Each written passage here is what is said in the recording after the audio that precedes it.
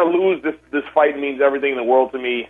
Whatever's going to happen, like this is the validation that I've been looking for, man. This is the true test of, do I really want this, man, and am I capable of doing something with this? And that's everything that I wanted was all in this one fight together. And it's an amazing story too, with you guys having trained previously, and really you could see the emotion in your face, in your eyes, in your whole body after that fight, and you could tell that really meant a lot to you. I think I'm going to actually be like on a UFC highlight, but crying, not punching or kicking anybody. I think I'm going to get an award for like the hardest cry after a fight ever. But you know what? The emotion shows you were into it, and that's the thing. It shows your dedication to the sport and really wanting to train to win that fight. And I love what I do, and I've dedicated my entire adult life to it. I'm away from home, away from family, man. I'm single, like I said, no married, no wife, no kids. It's me on the grind on a regular day, on a regular basis, just like, up and down, sweating alone, with me and my team, and that's all I've got. I've been, chasing the dream, and I'm not going to stop until I get it. Now, when you first started training in kickboxing and everything else, what were your goals and aspirations at that point? Did you know?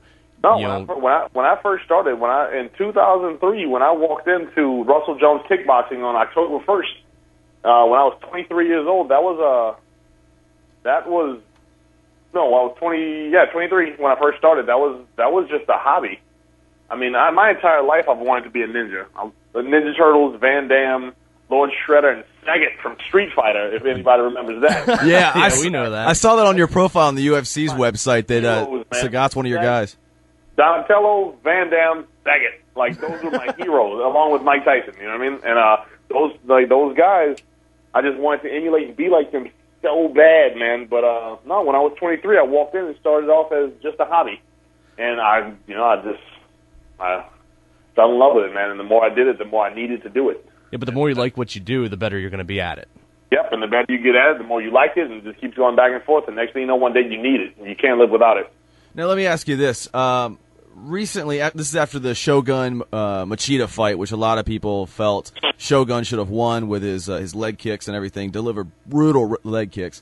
Cecil Peoples, one of the judges, said that he did not award the fight to Hua because leg kicks don't end fights. However, that's the third thing I've heard in years. Right. You won your first fight in the UFC with leg kicks. Dan Evanson, right? You crushed the guy with a leg, and he went down, couldn't continue. How do you feel about that? I mean, if you have Cecil as a judge, do you feel you're at a disadvantage, or you have to change your game plan?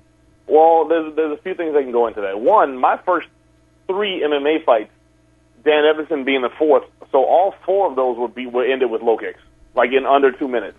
Well, Dan Evanson went 2:36, but my first 3 fights were low kicks, 3 low kick knockouts, 1 low kick knockout, 3 low kick knockouts, like all of them were low kick knockouts. And then Dan Evanson, I just destroyed his leg with low kicks. So for Cecil Peoples to say that fights can't end with low kicks, that's unheard of. To say that he was even a K1, wasn't he a K1 referee for a while? Yeah, I believe so, yeah.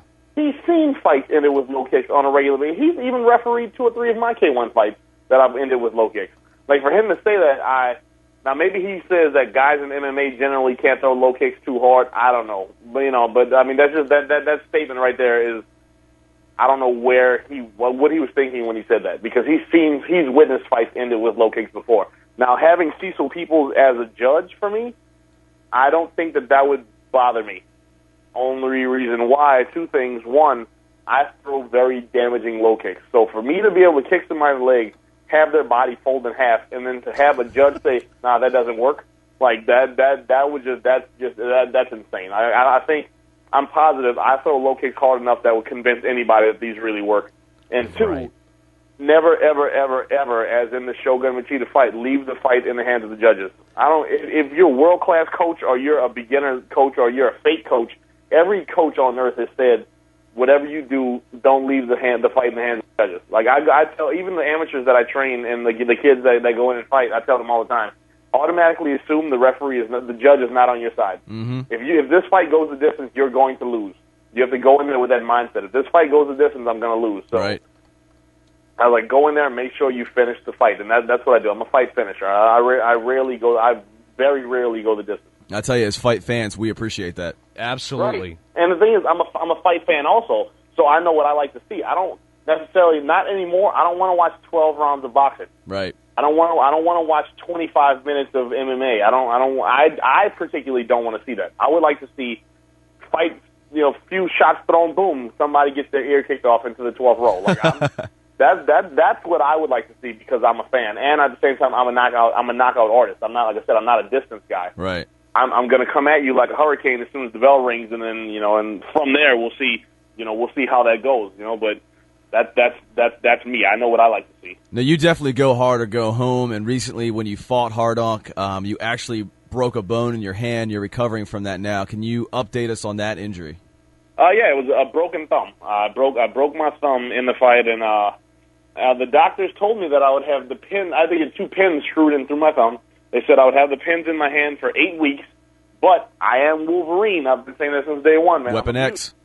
I heal quickly, so I went in for the 2-week checkup, and they told me I would only have 2 more weeks before the pins came out. So instead of 8 weeks with the pins in, I'm only going to have pins in for 4 weeks now. I'll be honest, I'm a little bit worried about that because I don't know if did he just say a big number just so that he could have room for error, or right. did I really heal that quickly? But I've never been one for jumping the gun, so I'm gonna still take the proper amount of time off that I feel to make sure this hand is all the way better. Yeah, that's smart. Now, one of our viewers, one of our constant listeners, Fletch, emailed in a question. He wants to know what you think about the current rash of injuries. Yeah, no pun intended. Of injuries, including people in your division like Shane Carwin, of course, Brock Lesnar undergoing surgery now. Nogueira has a staph infection. What do you think about guys in your division being hurt, and how do you try to stay healthy? You know what? I am 7 years into the sport of fighting, period. Mm-hmm. I've never been in a street fight. Like I said, I've always been a ninja. I've always been Wolverine my entire life, and I firmly believe in the ability of the mind and to stay healthy and stay strong. This broken thumb is my very first injury. Wow.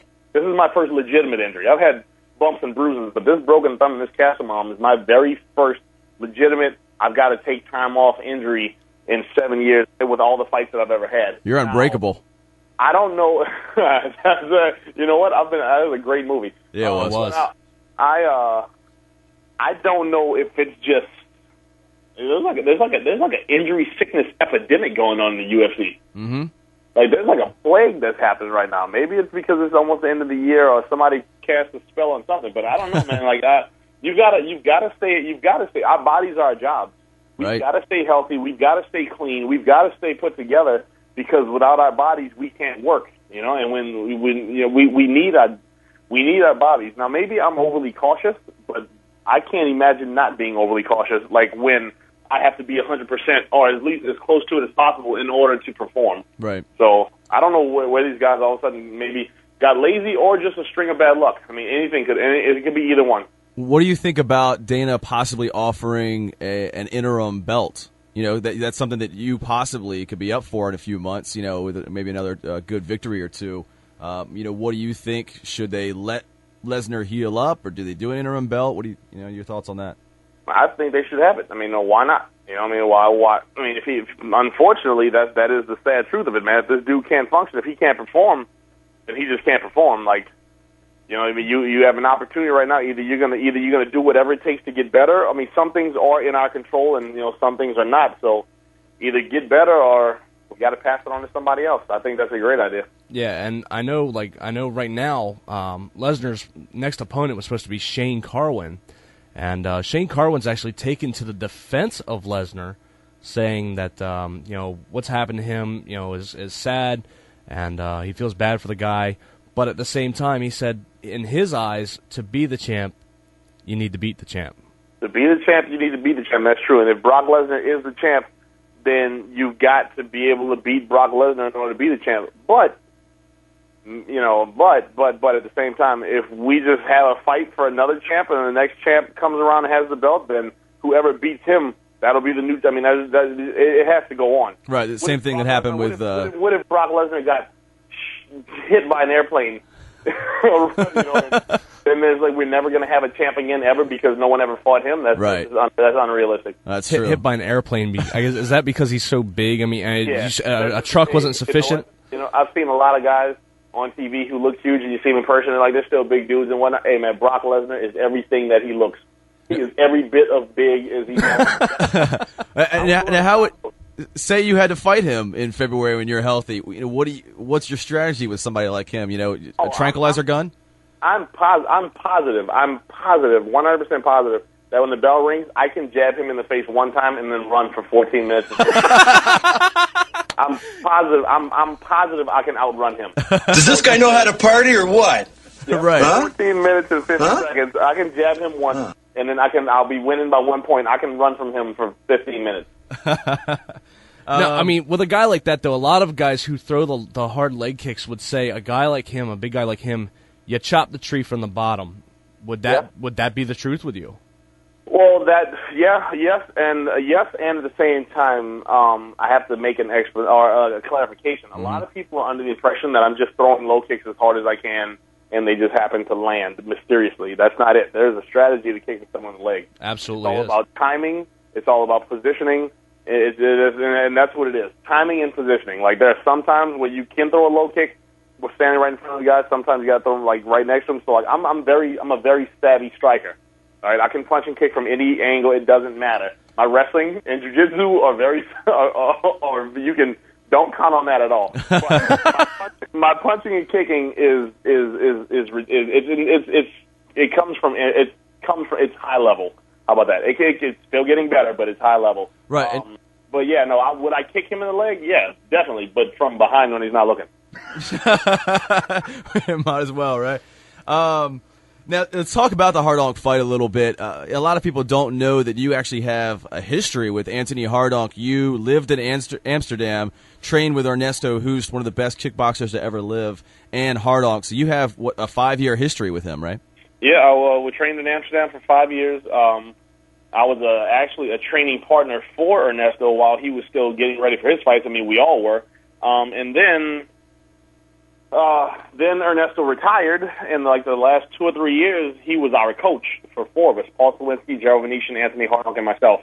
And I honestly felt like I was there to help everybody else get better. I wasn't given the opportunities that the rest of the guys were getting, or maybe the rest of the opportunities that the guys had earned from time in, since they had all been doing it longer than I have, right? And all had way more experience. But I honestly believe that I was being overlooked and I was just being pushed to the side. And unfortunately, I am a man. And unfortunately, that sounded terrible. That's fortunate. That sounded terrible. I like it. Being a man is the best. But I mean, I am a man, and I've got to be able to provide. And I have a dream too. And my dream is not to make everyone else to be the best sparring partner in the world. Right.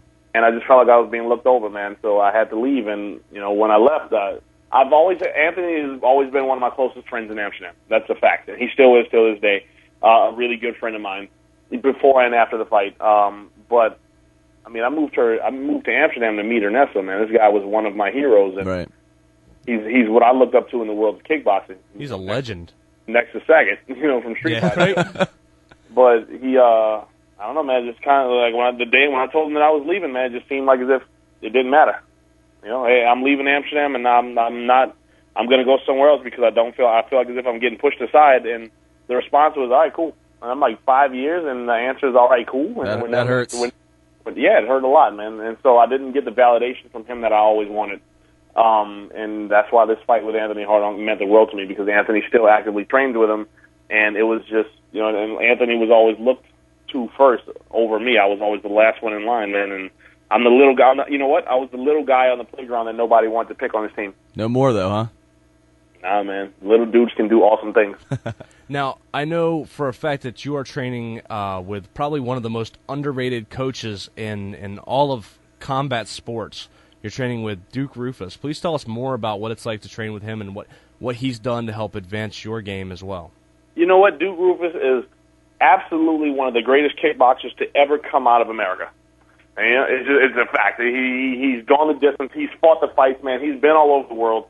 And at the same time, while being one of the best fighters to ever come out of the States, this dude is by far the greatest coach ever. I mean, this guy. Not only does he do the dirt, he does the miles with us. He sweats and bleeds with us. Wow. He's in there every day. He's not the Hollywood coach who just stands there and barks out orders and then reaps all the fame and benefits.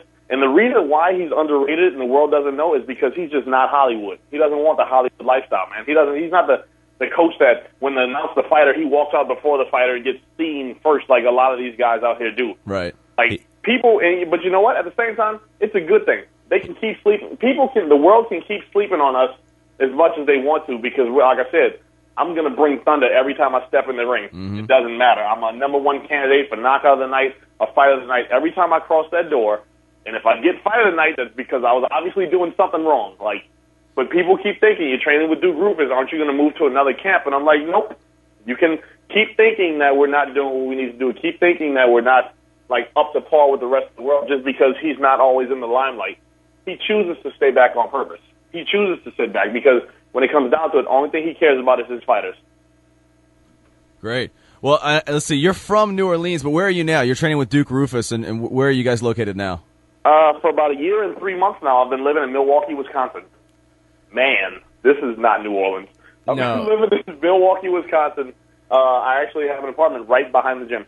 You got to give me 5 seconds here because I absolutely one of my favorite lines from Wayne's World here. Actually, it's pronounced Milwaukee, which is Algonquin for the good land. I had that set up, and it's one of my favorite. And when I found out you were training with Duke Roufus and you guys were based out of Milwaukee, I was like, yeah, that's got to go in this show. It has to. Yeah. So, but anyway, you've called out your next opponent. You want it to be Stefan Struve, and then after that, who do you want to move on to?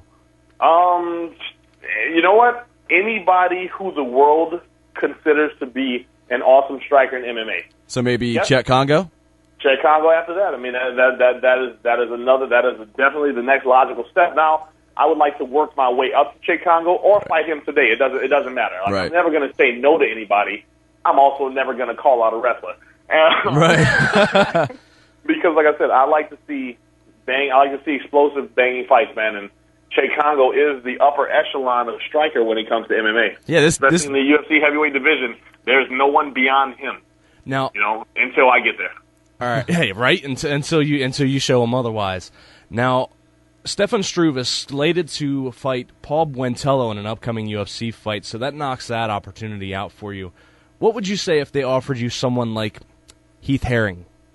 That would be great, too. I mean, they actually offered me Heath Herring at one point in time in the beginning. I think it was after my Dan Everson fight. But they changed their minds on that and gave me Tim Hagg instead. I don't know, man. Stefan Struve, I think that would be an awesome David and Goliath match. Absolutely would. He is 7'15", 5'11". Yeah, I mean, there's a foot difference between you guys in height, but I also think there's a massive amount of experience and skill difference between you two as well. And, of course, he's a jiu-jitsu guy, Struve is.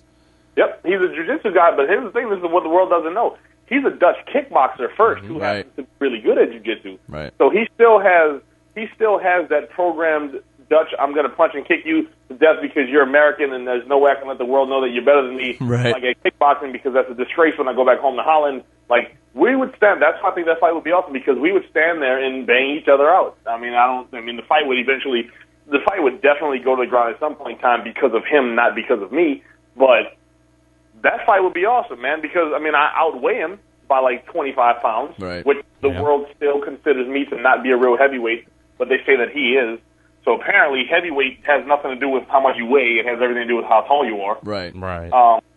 Because, like I said, he's a foot taller than I am, but, everybody's a foot taller than I am. So that fight wouldn't be any different from any other fight I've ever had. Actually, he's very upset with you right now because he's not. A couple inches taller than I am, so, but I think I'd weigh in, lightweight, maybe welter right now. Yeah, you're a small guy. I would weigh in at heavyweight. Yeah, you'd be heavy for sure. What's that mean? No, I'm just saying you're a big dude. That's all I'm saying. Yeah, no. Now, a lot of fighters from the UFC and Strikeforce and all these places have recently gone on to movie careers. So Rampage Jackson left to do the A-Team. Kung Lee's done a bunch of films. Roger Huerta, has done a bunch of films. What do you think about that? And if somebody called and said, "Hey, we want to put you in, Tekken 25," what would you say? Oh man, absolutely! I would definitely want to be in Tekken 25, man. Ooh, what if they cast you as Sagat in the next Street Fighter? Hey, yo, that would be. I'd retire. Hey, let it be known that I suggested that. There it is. Boom, it's out there. Hollywood credit for you. Hey man, I would go and get a real life scar across my chest. I would instantly, if we want you to be Saget, that's as long as you thought of me, thank you very much. I'm going to go to bed now. You'll let Brock Lesnar punch you in the chest to give you the scar. Is that what it is? You know, he can scar my chest up to be Saget, man. I'll get an eye patch and everything, shave my head, all of it. We'd have to put me on some stilts since he's like 8 feet tall, but that's all right. Hollywood's good for that. Yeah, no, I think it's awesome that fighters are actually moving into film, man. That's almost like a dream come true, man. I've wanted to be in front of the camera my entire life. I know a lot of people are like, oh, they're leaving fighting to go and make movies, and this is the one question that I've got to ask to everyone else. You two got a radio show. If somebody gave you an opportunity to make a movie instead of being on the radio, would you do it? Hell yeah. Yeah, that's a no-brainer. No-brainer. And that's why the people that are upset with Rampage, I'm like, what? What? Who would say no to, hey, do you want to keep doing maintenance around the apartment complex, or do you want to go and make a movie and make a lot of money? And okay, man, no, man, I want to keep sweeping, man. Are you crazy? I want to make a movie. I want to trim trees and ride off on the horses. Like what? No, man. A movie that's awesome because if they can do it, then I can definitely do it. Now, obviously, we've already learned here from the Street Fighter references. I'm thinking you're a pretty big video game fan. I was back when video games only had 3 buttons. Right. I hear you there. Now, UFC has their fight game that came out recently, their first edition, and I know when they signed their contract with the video game company, they signed a 3-game contract. So it means they're slated to put out 2 more additional sequels. Mm-hmm. Now, 1, would you be interested, obviously, in being in the next UFC game? And 2, what would it be like to, sit there with a controller in your hand for your Xbox, PS3, whatever it be, and have your hands on the controller, but yet you're controlling you on the screen? What would? Yeah, man, that would be the craziest thing in the world. Like just the fact that I can see my name and my face on the internet is already insane. That's already beyond everything that I would have never imagined that. And then now to be able to see myself on TV, that'd be even crazier. But to have some kid playing me. That's right. Some kid saying, "Oh, I want to be Pat Barry." Forget Brock Lesnar or Frank Mir. I want to be Pat Barry in this game. Right. Now I did have some guy send me a message via MySpace saying, "Hey, I tried to create you on the new UFC game, but they won't let me make you because they say because you're only 5'11". They say there are no heavyweights that are under 6 feet tall." Oh, right. Discrimination. I wrote back to the guy. He's like, the computer won't let you make a heavyweight under 6 feet tall. I was true. I wrote back to him. I was like, well, just tell the computer that I'm 6 feet tall. That dude looks back, but you're not. Oh, wow. I was like, oh well, I'm sorry. I'm gonna go and stretch now. Right. We should just get that guy's address and serve him a leg. I was going to say he sounds like he needs to be served. Yeah, he needs to get served for sure. Now, Pat, explain this. Sucker Punch Entertainment, which is suckerpunchent.com, right? Yeah. Okay, you go on. Explain this. You wear. It sounds bags. You wear short shorts and you go out and you serve people. Explain what that means. Well, anyway, you know what? It just started off as just a funny thing that my brother and my cousin and I were just doing. It's hilarious. I'd go around and I'd pose like Van Damme in just random places. Like, just do a Van Damme pose before all of this fight and just flex and just point at somebody and just jump out of the bushes and just have them see what kind of reaction they would give. Like the guy I got in the laundromat. Right. Like, he was just stuck, man. He was like, what's happening right now?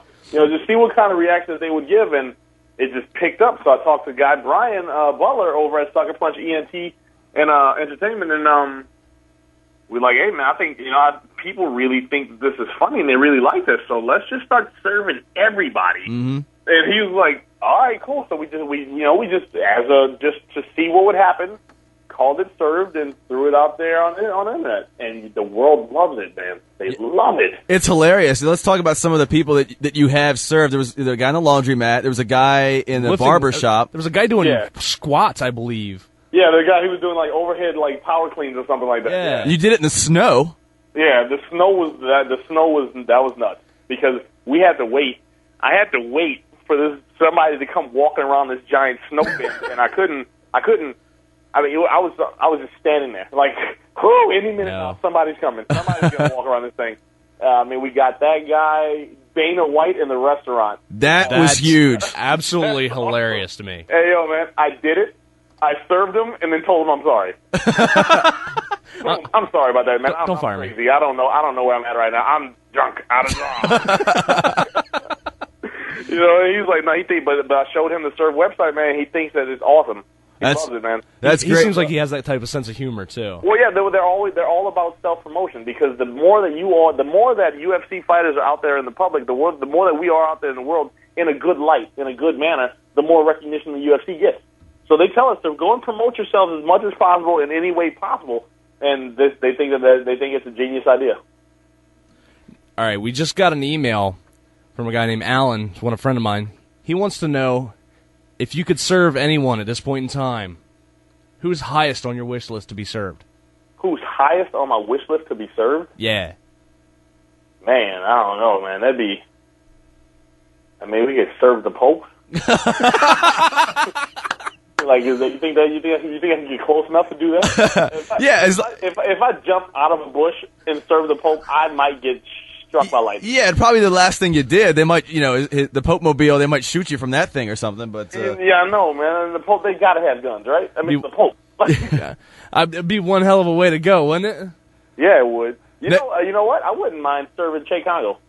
Nice. We have to find a way to make that happen. Here's what we do, Pat. Here's what we do. You need to serve everybody that you're gonna fight, that you want to fight. Like in the old days, they duel somebody, they'd slap them with a glove or something like that. Yeah. That's you throwing down the gauntlet. Serve them and put it up on the website and be like, "What's up? Cross the line. What you gonna do?" All right, man. What you think about me serving the guy at the next weigh-in? That's what I'm saying. Oh, that would be sick. If you serve someone at the next weigh-in, I am done. That will be the greatest thing ever. Get off the scale. No. Take my shorts off and have the funny shorts on under it. Yes. And serve a guy at the weigh-in. Hybridize. Hold on. I got the ultimate. You got to serve Joe Rogan. Okay. Now, this is the thing, though. I've got to serve Joe Rogan while he's live on TV. That's what I'm saying. Right after your next win, which will be your next fight, boom, just serve him. You gotta serve Joe Rogan. That would be absolutely hysterical to me. All right. We Done. We got that on the to-do list. Nice, we got it. All right, now that's the thing. I recommend anybody out there. I'm at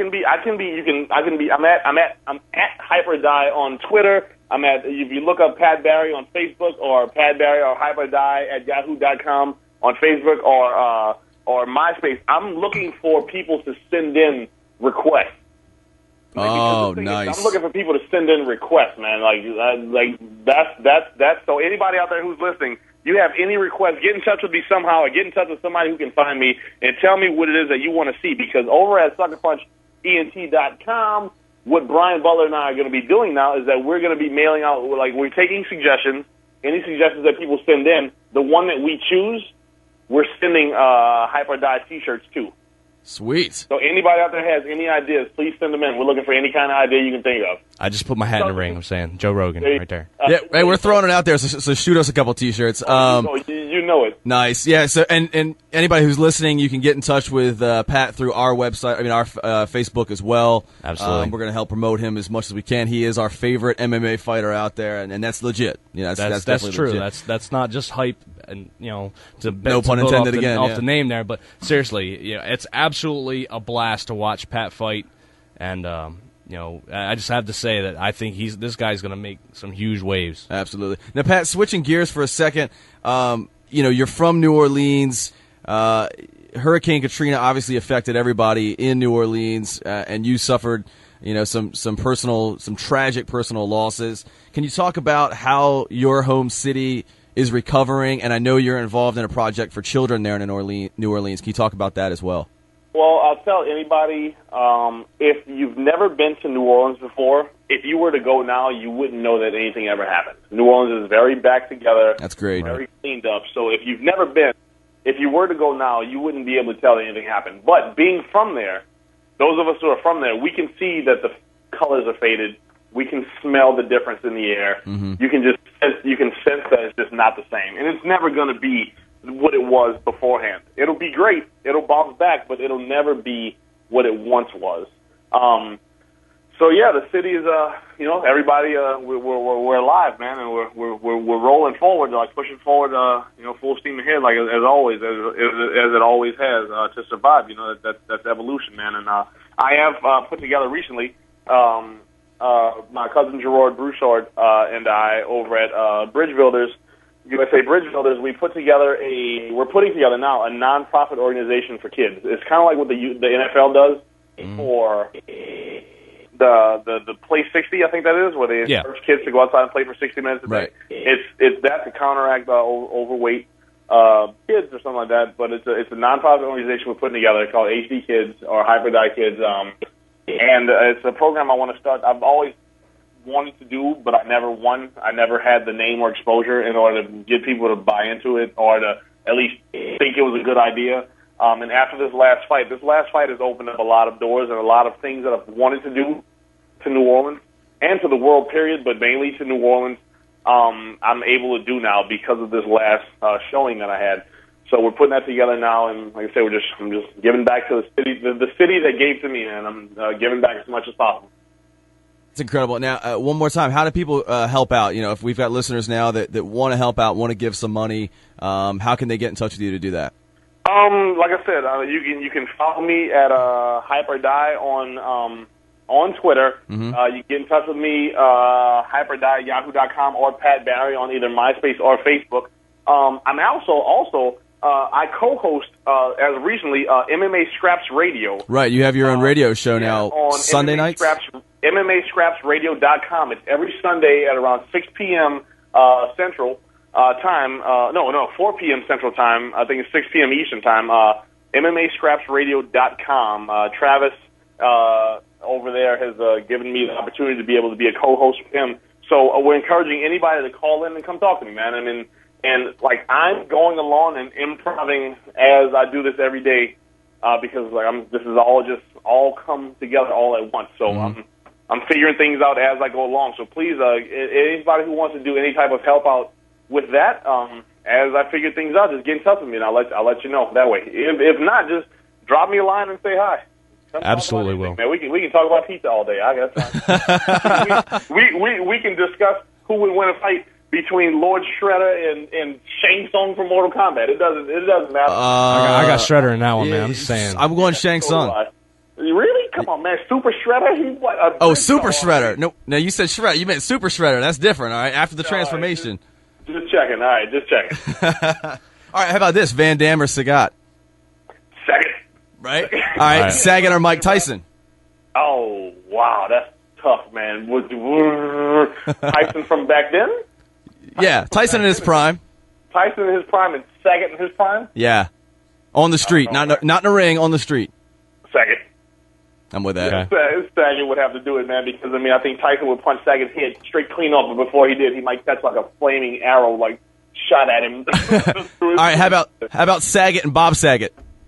Saget and Bob Saget? Man, I don't know, man. That one, I think that's an unmeasurable test. You're going to make his head explode. Yeah, because I don't think Bob Saget can die. Yeah, right. I don't think you can kill him. He's like a zombie, man. He's going to keep coming forward telling you jokes. Well, Pat, we won't hold you up too much longer. We've had you quite a while. Hope to bring you back on a regular basis, if that's cool with you. Yeah, man. Hey, anytime you want to talk, man, you give me a call. I'm always ready to talk. That'd be great. Sounds Love great, to do it. Folks, definitely look him up. Follow him through the UFC. Pat is not only an amazing fighter, he is a character. You'll enjoy watching him fight, just watching him serve people. He's a crazy dude. Absolutely. Doing great things for New Orleans. There are a lot of athletes just out there spending money, doing stupid stuff, buying 8 cars. Pat's giving back to his community, really trying to help people out. So get in touch with him, hybridize@yahoo.com, through Facebook. What was it, MMAScrapsRadio.com? Facebook, you can get in touch with me through Travis at MMAScrapsRadio.com, right, where I'll be there also. You can get in touch with me through G. Broussard at USA Bridge Builders. Look that up. That's, like I said, that's my cousin and close friend ever since we were kids. Right. Or get in touch with me through MySpace, Facebook, or Twitter, man. That's all. I sit around all day typing back to people, man. No, that's great. I'm ready to talk to anybody. Yeah, get up with Pat and definitely listen to him on that radio show. It's not opposite ours, so listen to it all you want. Sunday nights, Sunday afternoons. Definitely check him out. Call in, be a part of that show as well. And Pat, listen, we're huge, legitimate fans, and we can't thank you enough for your time today, man. Hey, man, thank you, man. Really. Thanks That's huge, Pat. and we are looking forward to you serving Joe Rogan, serving the guy, whoever you fight next on the weigh-ins, too. That's going to be insane. Yeah, it will. All right, brother. We'll talk to you. Keep your your eyes open over at Sucker Punch ENT. Like I said, get in touch with Brian Butler at SuckerPunchENT.com. He's also a really, really easy way to get in touch with me. Nice. But keep your eyes open on the SuckerPunchENT.com site for more surf pictures that will be coming regularly. Sounds good. Check it out. All right, so moving on to some music, and definitely get in touch with Pat. Pat, thanks a lot, Nice one, and we will talk to you next time. All right, brother. All right, brother. See you.